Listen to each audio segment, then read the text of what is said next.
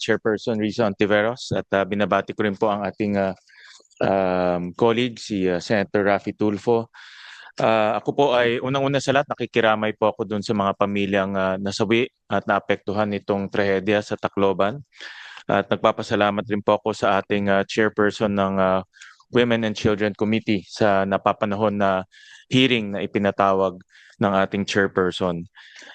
Responsibilidad nating lahat bilang mga lingkod bayan na protektahan ng ating mga kabataan. Responsibilidad natin lahat tignan kung ano ang mga nakaka-impluwensya sa ating mga kabataan.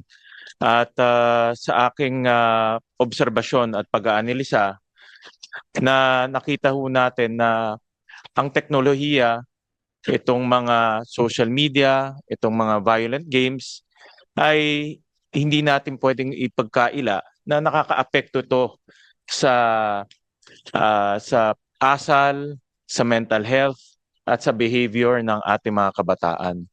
Ang teknolohiya may mga magagandang kabutihan rin. No? Nakakatulong to sa pag-aaral, nakakatulong to sa pagbubuo ng pagkakaibigan, pero dapat aminin ho natin na marami rin pong masamang epekto ang teknolohiya, social media at violent games. At ito ang dapat ho natin pag-aralan dahil hindi ho natin pwedeng isantabi dahil kung ito po ay lumala, pwede rin ho ito kumalat sa iba't ibang parte ng ating bansa, lalo na sa ating mga paaralan.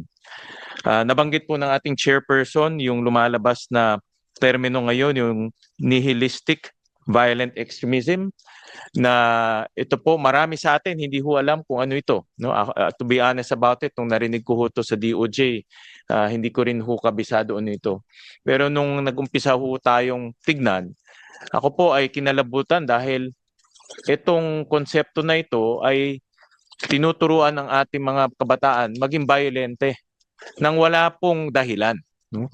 At yan po ay nakakabahala dahil yan po ay gumagapang po sa mga social media platforms, gumagapang ho yan sa violent games, violent platforms nang hindi ho natin alam. No? Nang hindi alam po ng ating mga magulang, hindi ho alam ng ating mga guro. Kaya ho itong mga ganitong trends o ganitong mga bagong at nakakatakot na konsepto ay dapat ho nating bigyan ng pansin bago ho maging huli na, no, at kumalat to sa iba't ibang parte ng ating bansa. Kaya ho nakikita ho natin na napakahalaga po itong pagdinig na ito dahil dito ho natin pag-uusapan itong mga konseptong ganito na marami sa atin na hindi ho kabisado. Meron pa nga ho ako sa aking pananalisik, meron pa rin po akong nakitang isang konsepto. Ito yung violent online ecosystem na hindi lang ho natin tinitingnan yung online games, kung hindi yung kabuuan ng mga iba't ibang impluensya na nakakaapekto po sa bata. For example po, ang bullying. No? Ang bullying ay isang malalang problema ho sa ating bansa. Tinagurian nga ho tayong bullying capital of the world. Pero kung yung bullying sinama ho natin kasama ang violent games, ito po ay makakalikha ho ng talagang nakakabahalang pag-iisip sa isang bata. At ito ay mga ganitong bagay na dapat ho nating bigyan ng pansin kaagad.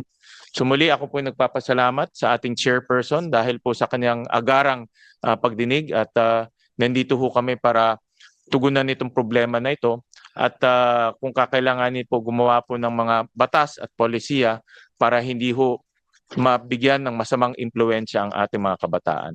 Maraming salamat, Chairperson.